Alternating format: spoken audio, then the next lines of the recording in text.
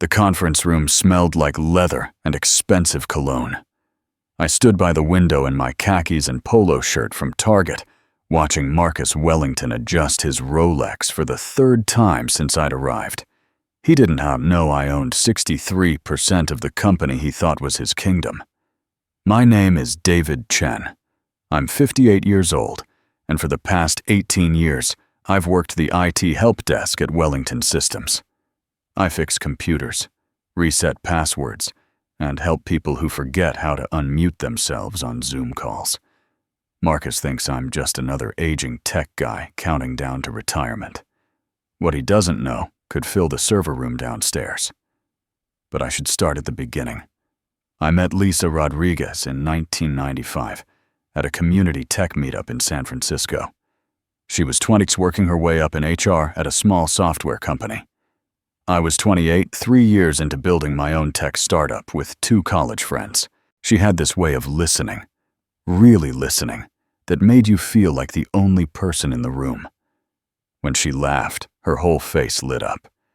We got married 6 months later in a small ceremony in Golden Gate Park. My parents thought we were rushing. Her mother said I was too serious, too focused on work. They were both right, but it didn't matter. Lisa saw something in me that I didn't see in myself yet. In 2002, everything changed. My startup, a B2B data analytics platform, got acquired by a Fortune 500 company for $340 million. My share, after splitting with my co-founders and investors, $12 million. I was 34 years old and suddenly wealthy beyond anything I'd imagined growing up in a 1-bedroom apartment in Daly City. Lisa knew about the sale, of course. We paid off our modest mortgage, set up college funds for our daughter Amy, and I told her I was investing the rest conservatively. That was mostly true. What I didn't tell her was exactly how I was investing it. When the financial crisis hit in 2008, companies were dropping like flies. Wellington Systems, an enterprise software company where Lisa had just been promoted to senior HR manager, was drowning in debt. The CEO, Marcus Wellington, was in his mid-30s and desperate for capital. He'd started the company in 1999 with family money and convinced himself he was a self-made genius. Reality was less kind.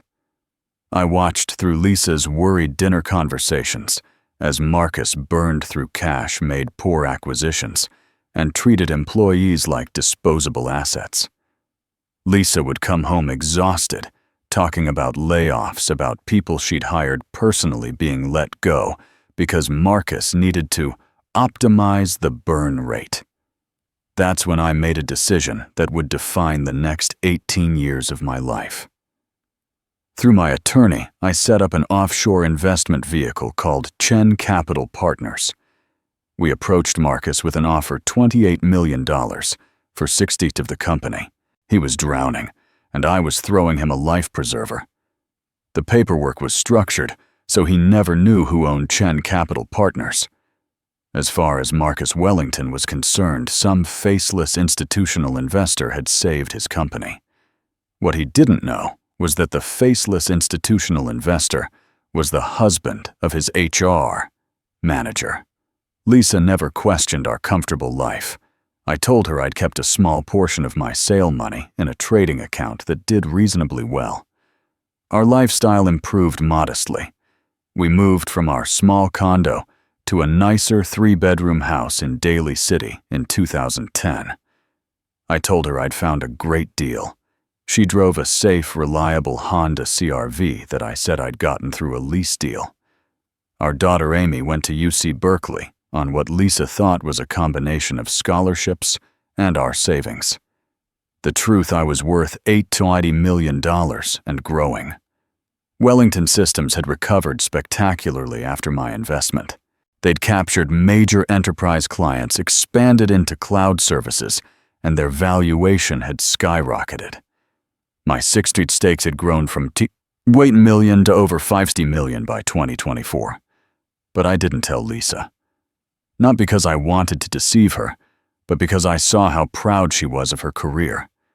She had risen to HR director through 22 years of hard work, long nights, and genuine dedication to the employees she served. If she knew I owned the company, would she wonder if her promotions were real? Would other employees whisper that she only had her position because of her husband? So I kept my secret and took a job I genuinely enjoyed. In 2010, when Lisa mentioned Wellington Systems was hiring IT help desk staff, I applied under my full legal name, David Chen. Marcus had only ever seen Chen Capital Partners on documents. He never connected the dots. Why would he? In his world, wealthy investors wore designer suits, not dockers. I fixed computers during the day and attended board meetings via proxy at night. I'd appointed 4 of the 7 board members over the years. They knew me as my teacher Chen Amiper Chen from Chen Capital Partners, a hands-off investor who valued quarterly reports and ethical business practices. They'd never seen my face. All correspondence went through my attorney. Marcus thought he ran the company. In reality, he managed it at my discretion. For 18 years, this arrangement worked. Marcus got to play CEO, making decent decisions, when I quietly guided the board to approve them, and having bad ones blocked through investor concerns. Lisa built a career she was genuinely proud of. Our daughter grew up without the burden of being a billionaire's kid. Then Marcus decided he wanted to go public. It started 3 months ago. Lisa came home from work looking worried, which wasn't unusual, but this was different. She was scared. Marcus announced plans for an IPO at the executive meeting today, she said, setting her purse down on the kitchen counter. We'd been married 31 years at that point, and I could read every expression on her face. That's good for the company, isn't it? I asked, though I'd already heard about this through my attorney. The board had received Marcus's proposal 2 weeks earlier. He wants to do it by next quarter. David, he's talking about restructuring before the IPO, making the company look lean and profitable for investors. She sat down heavily at our kitchen table. There's going to be layoffs, significant ones. I felt something cold settle in my stomach. Did he say which departments? He specifically mentioned 8x4 as being bloated. David, I've built that team over 2 decades. Every person there is essential. She looked up at me with tears in her eyes. I think I might be on the list. 22 years, and I might be considered dead weight. Then I kept my face calm, but inside I was calculating. Marcus was planning to cut his most loyal employees to inflate short-term profits for an IPO. Classic short-term thinking, and he was considering firing my wife to do it. Maybe you're wrong, I said, taking her hand. You're the HR director. You're integral to the company. Marcus sees HR as a cost center, not a value driver. He's never understood what we do. She squeezed my hand. I'm 56, David. If I lose this job, who's going to hire me? We've got what may be $100,000 in savings, our retirement accounts. It's not enough if I can't work for another 10 years. I wanted to tell her right then. We had $890 million. She'd never have to worry about money again. But the words stuck in my throat, trapped by 18 years of secrecy and the knowledge that the truth would bring as many problems as it solved. We'll figure it out, I said instead. We always do. The layoff list was posted 2 weeks later. I was in the server room replacing a failed hard drive when I heard Lisa's heels clicking rapidly down the hallway. She found me in the back corner surrounded by blinking lights and humming processors. I'm being let go. Her voice was hollow. 22 years. They're giving me 3-month severance and a thank you card. I stood up too quickly and hit my head on a server rack. The pain barely registered. What when? End of the month. Marcus called me into his office an hour ago. He said the company needs to streamline HR before the IPO. that I've done great work, but they're bringing in a younger team that better understands modern HR technology. She laughed bitterly. I've implemented every HR system we use. I built that department from 4 people to 26, and I'm being replaced by someone who knows how to use LinkedIn better. Did you talk to anyone else? The board, anyone? David Marcus owns the company. What he says goes. There is no appeal process for executive decisions. She wiped her eyes with the back of her hand. I need to go back to my office and start packing. I just wanted to tell you before you heard it from someone else. After she left, I stood alone in the server room for a long time. Around me, the systems I maintained hummed along, processing data, routing communications, keeping Wellington systems running. Marcus thought this infrastructure maintained itself. He thought a lot of things. I pulled out my phone and called my attorney.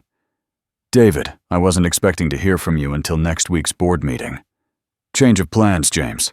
I need you to call an emergency board meeting, tomorrow afternoon, and I need you to do something else. I paused, making sure I really wanted to cross this bridge. I'm going to attend, in person. There was a long silence on the other end. David, you've maintained your anonymity for 18 years. Are you sure about this? Marcus just fired my wife after 22 years of service to make his IPO numbers look better. I'm very sure. Understood. I'll make the arrangements. This is going to be interesting. That night, Lisa and I sat in our living room. Our daughter Amy had driven down from Sacramento, where she worked as a financial analyst. At 28, she'd inherited her mother's determination and apparently my ability to spot financial manipulation. Mom, this is wrong, Amy was saying, her laptop open on the coffee table. I pulled Wellington Systems' financial reports. They're profitable, really profitable. There's no operational reason to cut HR. Marcus is just trying to boost margins before the IPO. Sweetheart, I appreciate you looking into it. But what can I do? Marcus owns the company. Amy looked at me. Dad, you worked there too. Have you heard anything? I work at help desk, honey. I'm invisible to people like Marcus. That was true, at least. But Amy's right. This doesn't make business sense. What I didn't tell them was that I'd spent the evening reviewing 18 years of financial records. Marcus had done well with my money, I'd give him that.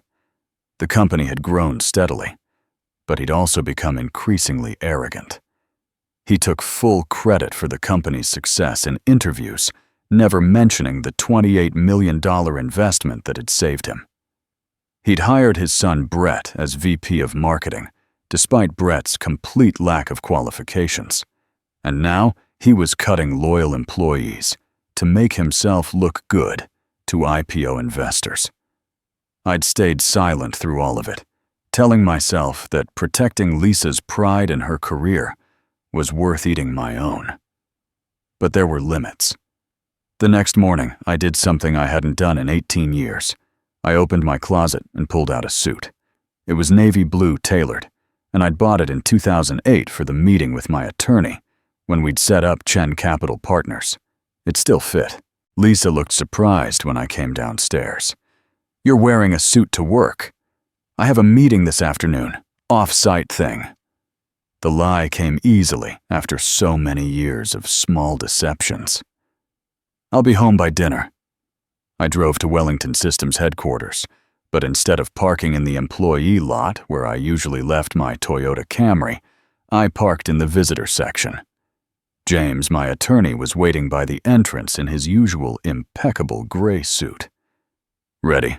He asked, as I'll ever be. We took the elevator to the executive floor, somewhere I'd never been in all my years working help desk. The boardroom was exactly as I'd imagined it: long mahogany table, high-backed leather chairs, floor-to-ceiling windows overlooking San Francisco Bay. 4 people were already there, the board members I'd appointed over the years. They stood when I entered, which felt surreal. I'd spoken to them dozens of times via conference call, but they'd never seen my face. Mr. Chen Tuller, said Patricia Morrison, the former CFO of a Fortune 500 company I'd recruited to the board in 2015. It's an honor to finally meet you in person. Thank you for coming on short notice, I said, shaking hands around the table. I think it's time we had a conversation about the direction of this company. Marcus Wellington arrived 10 minutes later with 2 of his own board appointees. He strode in with the confidence of a man who thought he controlled the room, wearing a suit that probably cost more than I made in 3 months at the help desk. "What's this about?" he demanded. "Patricia, you said emergency board meeting, but you didn't explain why. I have an IPO to prepare for." "Mr. Wellington?" Patricia said calmly. "Please have a seat. We have a matter of corporate governance to discuss." Marcus sat, his eyes scanning the room and landing on me with barely concealed irritation. "Who's this? We don't allow random people in board meetings." "This is David Chen," James said, setting his briefcase on the table, "the majority shareholder of Wellington Systems." I watched Marcus's face go through several expressions in rapid succession: confusion, disbelief, and finally recognition, as he looked at me more carefully. "Wait, Chen Capital Partners, that's you." He let out a short laugh. "That's impossible. You work in IT. I've seen you in the building. You fixed my laptop last month." "I did," I said, keeping my voice level. "You downloaded malware from a suspicious email. I cleaned it up." "This is insane. How does an IT help desk worker own 63% of my company?" "It's not your company, Mr. Wellington. It hasn't been since 2008, when you were 3 weeks from bankruptcy, and I invested $1 million to save it." I nodded to James, who pulled out a folder of documents. "All legal, all documented, all held through Chen Capital Partners, which I own entirely." Marcus grabbed the documents, his hands shaking slightly as he scanned them. "But you're nobody. You answer phones. You fix computers." "I enjoy fixing computers," I said. "I find it relaxing. What I don't enjoy is watching you fire loyal employees to inflate profit margins for an IPO." "You mean your wife?" His voice took on a nasty edge. "That's what this is about. The HR director is your wife, and you're upset she's being let go." "Her name is Lisa Chen," I said, feeling my temper rise for the first time. "And yes, I'm upset that you're terminating a 22-year employee who built your entire HR infrastructure because you want your IPO numbers to look good. But this is about more than Lisa." Patricia cleared her throat. "Mr. Wellington, we've reviewed your restructuring plan. The board has concerns." "The board works for me," Marcus snapped. "Actually," James interjected, 4 of the 7 board members were appointed by Mr. Chen through his controlling share. They work for the shareholders, as do you." I watched the color drain from Marcus's face as he did the math. 60 tipuot, controlling share. 4 board members. He'd just lost control of his own company in the space of 5 minutes. "This is a coup," he said, his voice barely above a whisper. "This is corporate governance," Patricia corrected. "Mr. Chen has been a remarkably hands-off investor for 18 years. He's allowed you to run the company with minimal interference, but your recent decisions have concerned the board." "What decisions? I've grown this company 10-fold. We're about to go public." "You've done well," I acknowledged. "The company is profitable and well-positioned, but your recent behavior suggests you've forgotten why you're profitable." I pulled out my own folder, 18 years of notes I'd kept quietly. "You've hired your unqualified son as VP of Marketing. You're cutting experienced employees to boost short-term numbers, and you've convinced yourself that you built this company from nothing, which isn't true. I started Wellington Systems with my own money, your family's money," I corrected. "And you ran it into the ground until I invested. These aren't opinions, Marcus. They're facts in your own financial filings." Marcus stood up abruptly, his chair rolling backward. "Fine. You want to play investor? Then buy me out." I'll take my money and start something new, something you can't touch." "Sit down," Patricia said, her voice sharp. "We're not finished." For a moment I thought Marcus might actually leave, but he sat back down, his jaw clenched. "Here's what's going to happen," I said, and I felt strangely calm, despite the fact that I was dismantling a man's entire self-image. "The board is going to vote on your position as CEO. Given your recent decisions, I don't believe you should continue in that role. You can't fire me from my own company. I can, and I am." I looked at Patricia. "Call the vote." It was over in 2 minutes. 4 votes to remove Marcus Wellington as CEO, 2 votes against 1 abstention. Marcus sat frozen in his chair, staring at the table like he couldn't process what had just happened. "The board will appoint an interim CEO while we conduct a proper search," Patricia said. "Mr. Wellington, you'll be offered a consulting position if you choose to stay involved, but operational control passes to the new CEO effective immediately." Marcus finally looked up at me, and I saw something in his eyes I'd never seen before. Genuine fear. "What about my son, Brett?" "Brett can stay if he earns his position," I said. "But the nepotism ends today. He'll report to the new VP of marketing we hire, and if he can't perform, he'll be let go like any other employee." "And my wife," I added, before Marcus could respond. "Lisa Chen will not be terminated. In fact, I'm recommending to the board that she be promoted to Chief Operating Officer. She knows this company better than anyone, and she's wasted in HR." Patricia nodded. "The board will consider that recommendation seriously." Marcus stood up again, this time gathering his things. "You've been lying for 18 years. To everyone. To your wife, to the company, to me. What kind of person does that? The kind who wanted to protect his wife's career," I said quietly. "The kind who enjoyed fixing computers more than sitting in boardrooms. The kind who didn't need credit, just needed the right thing to be done." I stood as well, meeting his eyes. "I'm not proud of the deception, Marcus, but I'm proud that I built something real with my startup. I'm proud that my investment saved 200 jobs in 2008. And I'm proud that I'm stopping you from firing good people for bad reasons." Marcus looked around the room one more time, perhaps hoping someone would defend him. No one did. He walked to the door, paused, and turned back. "Does your wife even know?" "Not yet," I admitted. "But she will by tonight." After he left, I sat back down heavily. The adrenaline that had carried me through the meeting was fading, leaving behind exhaustion and the weight of what I'd just done. "David," Patricia said gently, "that took courage. I know you valued your privacy." "I valued my wife more," I said, "though I'm not sure she's going to see it that way when I tell her." James packed up his briefcase. "For what it's worth, you made the right call. Marcus was driving toward an IPO that would have made him personally wealthy while gutting the company culture. The employees are better off with him out." I nodded, but I wasn't thinking about the employees.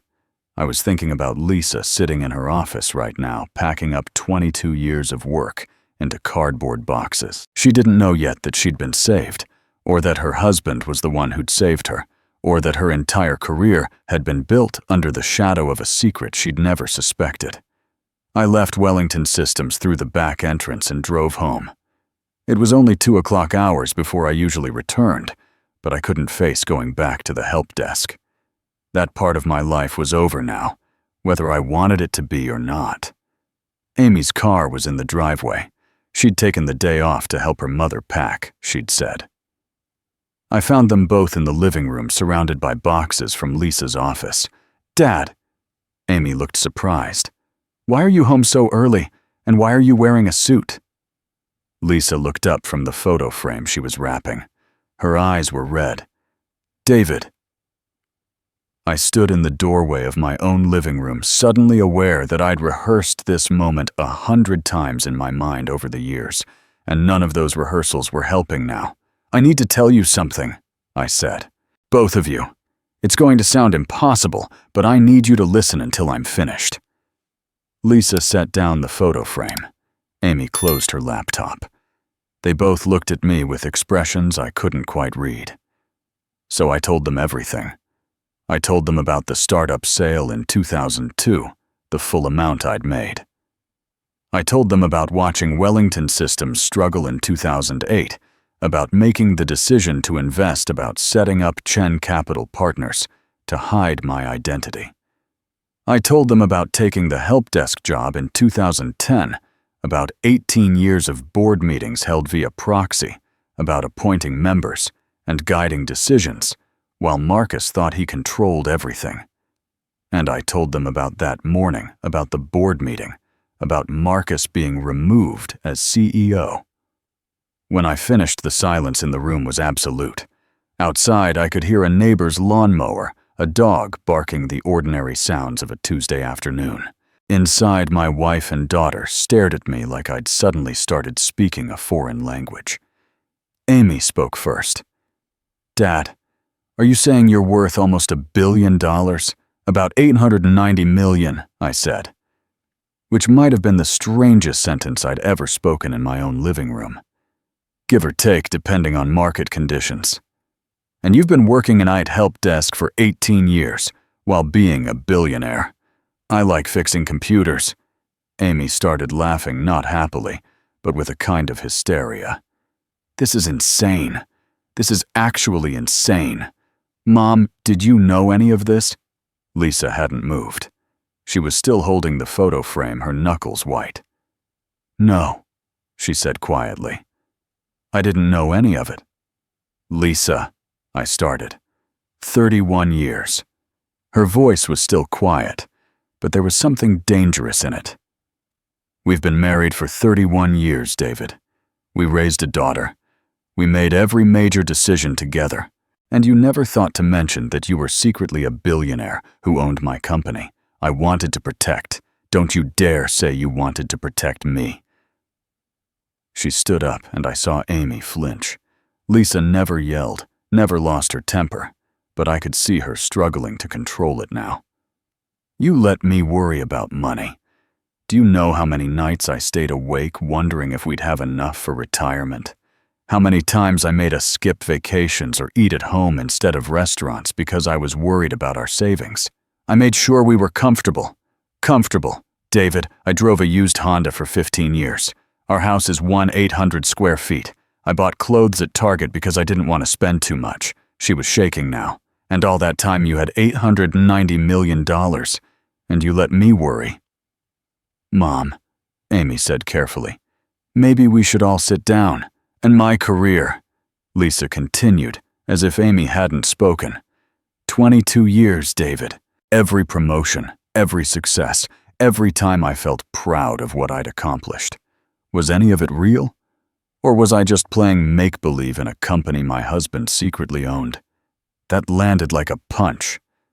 "Lisa, I never influenced your career, not once. I appointed board members and guided major strategic decisions. But HR was always outside my control. Everything you accomplished on your own. How would I ever know that for sure? How would anyone know God? David, what do you think people are going to say when this comes out? The HR director whose husband secretly owns the company. I'll be a joke." "You're being promoted to COO," I said. "The board is going to offer you the position. Based on what? My merit or my husband's 63% controlling share?" She set the photo frame down on the box with more force than necessary. "I don't want your pity promotion. I don't want anything from you right now." She walked past me out of the living room and up the stairs. A moment later, I heard our bedroom door close. Not slam, just close, with a quiet click that somehow felt worse. Amy was still sitting on the couch, looking stunned. "Dad, what the hell were you thinking?" "I thought I was doing the right thing," I said, feeling like the floor was tilting under me. Your mother worked so hard. She was so proud of building her career. If she'd known I owned the company, would she have felt like any of it was real? So instead you lied to her for 18 years. I didn't lie. I just didn't tell her everything. Amy stood up, gathering her laptop. Dad, I love you, but that's the stupidest thing I've ever heard. Not telling someone something this big for this long isn't protection. It's betrayal. She paused at the door. I need to go talk to Mom. I stood alone in the living room, surrounded by boxes of Lisa's career packed away, and wondered if I'd just destroyed my marriage to save it. The next 3 days were the longest of my life. Lisa spoke to me in polite, distant sentences. She slept in the guest room. Amy called twice, but both times she asked to talk to her mother, not me. Patricia Morrison called on Thursday morning. David, I wanted to give you an update. We've appointed Jennifer Huang as interim CEO. She was VP of Operations, and she's got a good head on her shoulders. The transition is going smoothly. And Marcus, he's taken a consulting role mostly remote. To be honest, I think he's embarrassed. His son Brett has actually stepped up a bit now that he's not under his father's protection. We'll see if it lasts. Patricia, have you spoken to my wife? There was a pause. I called her yesterday to formally offer the COO position. She asked for time to think about it. Did she say anything else? She said she needed to figure out if her career meant anything before she accepted a promotion. After I hung up, I sat at my kitchen table with a cup of coffee I wasn't drinking. I'd spent 18 years keeping a secret I thought was protecting my wife. Instead, I'd taken away her certainty about every professional success she'd ever had. Lisa found me there an hour later. She'd been at Amy's apartment, she said. Our daughter had talked to her, which I suspected meant Amy had yelled at both of us and tried to make us see each other's perspectives. Can we talk? Lisa asked, pouring her own coffee and sitting across from me. I'm sorry, I said immediately. Lisa, I'm so sorry. I thought I was doing the right thing, but Amy's right. I betrayed your trust. She was quiet for a long moment, wrapping her hands around the mug. Do you know what the worst part is? Not the money, though. That's going to take me a long time to process. The worst part is that you didn't think I could handle the truth. That's not... Let me finish. Her voice was firm, but not angry. You decided all by yourself that knowing you owned the company would ruin my career satisfaction. You didn't ask me. You didn't give me the choice. You just decided that I needed to be protected from the truth like I was a child. She was right. I could see that now. You're right. I built that HR department from nothing, David. I created policies that protected workers. I fought Marcus on things he wanted to do that would have hurt people. I'm proud of that work, and now I have to wonder if any of it mattered, or if I was just playing in a sandbox you built for me. It mattered, I said urgently. Lisa, I never once influenced your work. I didn't even know half of what you did day to day. The board meetings I attended were about strategy acquisitions, budget allocations. Your department, your policies, your decisions were yours alone. How can I believe that? I stood up and went to my office, returning with 18 years of board meeting notes. These are every note I've ever taken, every decision I've influenced, every vote I've participated in. Read them. You'll see that HR never came up except in budget approvals, which I always voted to increase because I knew how hard you worked. She looked at the stack of notebooks, then at me. I need time, David. I need to figure out who I am separate from this, from you, from all of it. I understand. And we're going to counseling. If you want to stay married, we're going to therapy, and we're going to work through this. Okay. And no more secrets. Ever. About anything. I don't care if you think you're protecting me. We're partners, David. That means I get to know the hard truths, too. No more secrets, I agreed. She picked up her coffee and stood. I'm going to take the COO position. Not because you own the company, but because I've earned it, and I know I can do the job. But I'm going to make sure everyone knows I had no idea about your ownership until this week. That's fair. And David, you're going to quit the help desk job. I know you like fixing computers, but you can't keep pretending to be someone you're not. It's not healthy for you, and it's not fair to the people who work there. I nodded. She was right about that, too. Lisa walked to the door, then turned back. For what it's worth, what you did to Marcus, stopping him from firing me and gutting the company, that took courage. Misguided, complicated courage, but courage nonetheless. Does that mean you forgive me? Ask me again in 6 months, she said. After we've gone to therapy and I've had time to process that my husband is secretly a billionaire who's been working at Teach Help Desk for 18 years, like some kind of reverse vigilante. Despite everything, I smiled. Reverse vigilante. I'm working on the metaphor. I'm still processing. She opened the door. I'm going to Amy's for dinner. You're not invited. But maybe by tomorrow you will be. After she left, I sat alone in the kitchen for a long time. The house was quiet except for the hum of the refrigerator and the distant sound of traffic on the highway. I'd spent 18 years keeping a secret, thinking I was protecting the people I loved. What I'd actually done was deny them the choice to know the truth, to make their own decisions with complete information. I'd been so focused on not influencing Lisa's career that I'd influenced it in the worst way possible by making her doubt every success she'd ever earned. But maybe it wasn't too late to fix this. Maybe honesty, even 18 years too late, was still worth something. The next morning, I went back to Wellington Systems one last time. Not to the help desk, but to Patricia's office. I submitted my resignation from the IT department effective immediately. Then I wrote a company-wide email explaining that I was David Chen, the majority shareholder behind Chen Capital Partners, and that I was stepping back from my help desk role to focus on my responsibilities as an investor. The email took me an hour to write.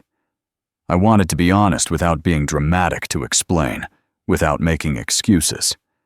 I sent it at 10 a.m., and by 10:15, my phone was ringing with calls from reporters, investors, and at least 3 people who wanted to write my biography.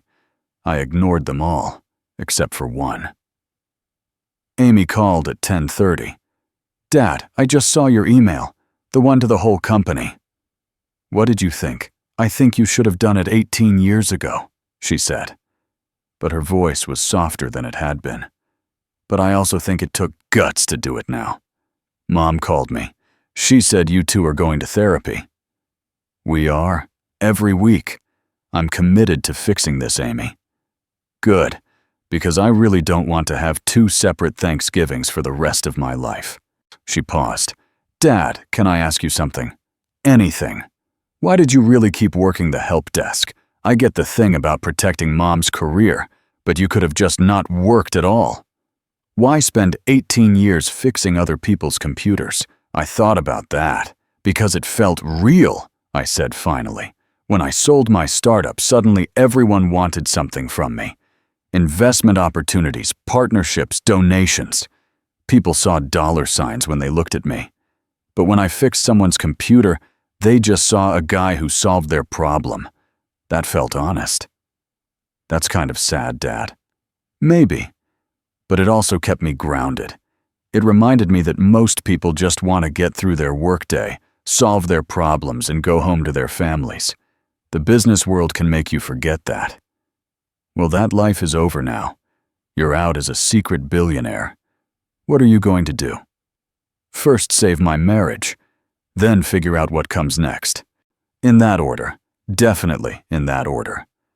We hung up, and I looked around my home office.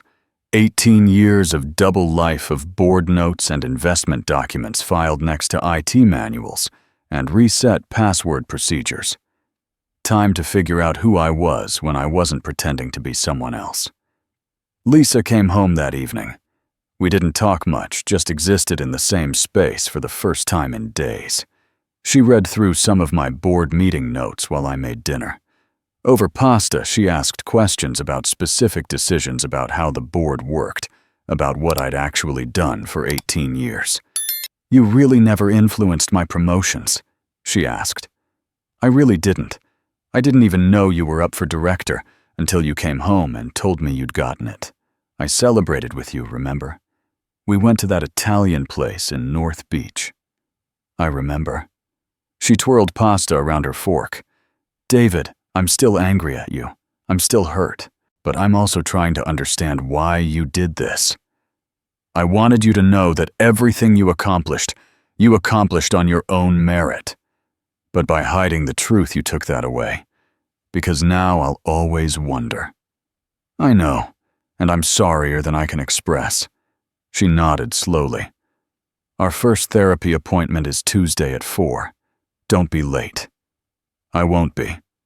That was 3 months ago. It's May now, and Lisa and I are still in therapy. Some weeks are better than others. She took the COO position, and she's excellent at it, which doesn't surprise me at all. Jennifer Huang as CEO and Lisa as COO have formed a strong partnership, and Wellington Systems is thriving under their leadership. We decided not to pursue the IPO for now. The company doesn't need it, and Lisa argued that we should focus on sustainable growth rather than explosive returns. The board agreed. Marcus took his consulting fee and started a new venture. Last I heard, he's doing well and has learned some humility. His son Brett is actually proving to be competent in his role now that he has proper supervision and accountability. Amy has forgiven me mostly. She still makes jokes about her secret billionaire dad, but there's less edge to them now. She's seeing someone, a nice guy named Tom, who works in renewable energy. She brought him to dinner last month, and he seemed more interested in Amy than in my net worth, which I appreciated. As for me, I spend my days doing what I should have been doing all along. Being honest, I work with the board on strategic decisions. I've started a foundation focused on helping tech workers transition to new careers when their industries change, and I'm learning slowly to be wealthy without hiding it. Lisa and I went to Hawaii last month, our first real vacation in years. We stayed at a nice resort, and I didn't feel guilty about paying for it. We sat on the beach one evening watching the sunset, and she turned to me. "Do you miss it?" "The help desk. Sometimes," I admitted. "I miss the simplicity of it. Problem, solution, gratitude, move on to the next one. Life isn't that simple." "No," I agreed. "It's not. David, I need you to know something." She took my hand. "I'm still processing all of this. I'm still working through my anger and hurt. But I also know that you did what you did because you loved me. It was misguided and paternalistic and wrong, but it came from love. It did. So I'm choosing to forgive you. Not all at once, not completely yet, but I'm working on it. Because 31 years of marriage is worth fighting for." I squeezed her hand, not trusting myself to speak. "But David, if you ever keep a secret like that again, I will take 50% of your $890 million and spend it all on shoes out of spite." I laughed, and it felt good. "That's fair." We sat together as the sun dipped below the horizon, turning the ocean gold and red. Somewhere back in San Francisco, Wellington Systems was running smoothly, without my hidden hand guiding it. Our daughter was building her own life, and my wife and I were learning to be honest with each other, even when it was hard. The boardroom doesn't smell like leather and cologne anymore when I visit now. It smells like coffee and the subtle perfume Lisa wears to work. I sit next to her in meetings, not hiding in a window frame, pretending to be someone I'm not. People ask me sometimes if I regret those 18 years. The honest answer is complicated, I regret the pain I caused. I regret the doubt I planted in Lisa's mind about her accomplishments. I regret teaching our daughter by example that secrets are sometimes acceptable when they're not. But I don't regret saving Wellington Systems in 2008. I don't regret protecting 200 jobs through the financial crisis. And I don't regret finally stopping Marcus from doing something that would have hurt good people for bad reasons. What I've learned is that you can't protect people from the truth even when you love them. You can't make decisions for them about what they can handle. All you can do is be honest, trust them to be strong, and face the consequences together. The simple life was never about the size of our house or the age of our cars. It was about knowing who I was and being honest about it. For 18 years I forgot that. But I'm remembering now. And that more than any amount of money feels like real wealth.